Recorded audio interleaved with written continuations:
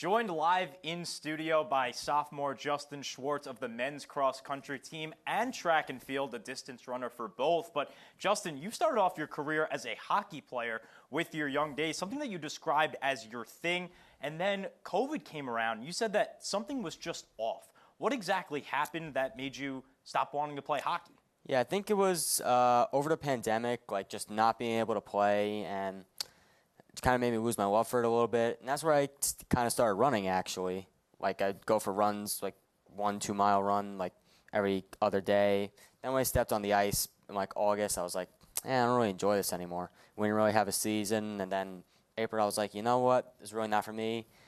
Decided to hang up the skates, start running, and look where I am now. So you do have some form of prior experience before actually stepping foot on the track for the first time in high school?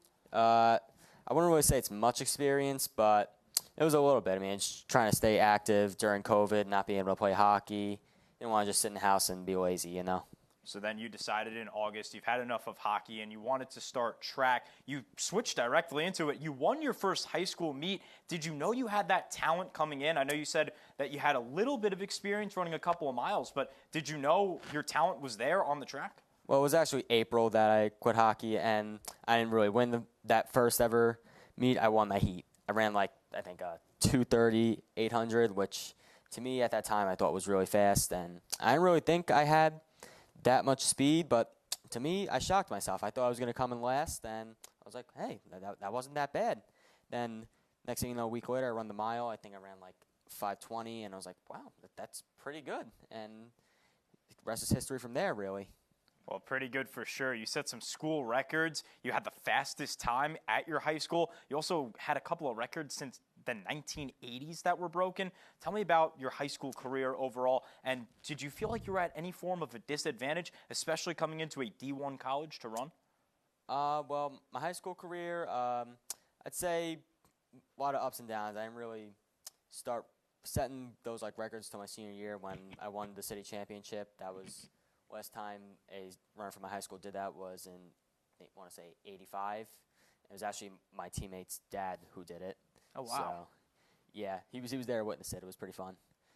But, yeah, I feel like maybe a little bit it disadvantaged me, like not being able to, not running my whole life, then coming to a Division I sport. But I feel like that's most runners. Like, they start out with one sport and then just continue over to track. Like, one of my teammates, he played both soccer and basketball in high school, never ran a cross-country meet until now. Especially a lot of our track guys, they played other sports in high school, like basketball, football.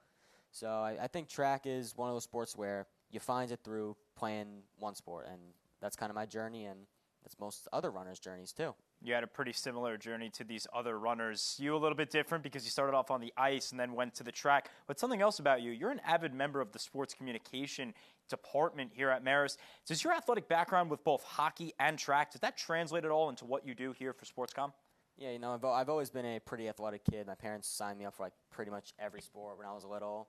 And, of course, I always watched a lot of sports. I mean, football was on every Sunday, Giants games. So football was always like my kind of favorite sport, and I think that kind of made me want to just play sports more, and that's what got me into hockey. That's what got me into track and field, and just like for love of sports, really. Like, and in high school, I just realized like this is something I want to do for a career. Well, not professional running, but like have a career in sports, whether it be journalism, advertising, whatever it is. I just want to be around sports, and I really do think that influences what I want to do. And a big portion of what you do to try and get to where you want to be is center field. You wrote this piece from the Foxes. It's where most of your information is available. You're also the club hockey beat reporter. Does that role make you miss hockey at all? Or are you just so dedicated to track that doesn't really bother you? You just want to write about sports? Well, it does make me miss hockey a little bit. I mean, it kind of brings back memories for me, just like going to the rink and just like playing the game, just being in the locker room and all that. So I do miss it a little bit, but I knew like it was the time to quit, and I'm doing a lot better for myself. But it's still great to know that I still have this great love for hockey that was kind of built from when I was 5 years old, that I still want to write about hockey. I still watch hockey loyally, and yeah, I'm very thankful for everything hockey gave me. But even though I miss it a little bit, I am very happy where I am right now. Well, he's a star on the track, and he's also obviously a big fan of hockey. Justin, thank you so much for taking the time with me today. We'll send it back to the desk.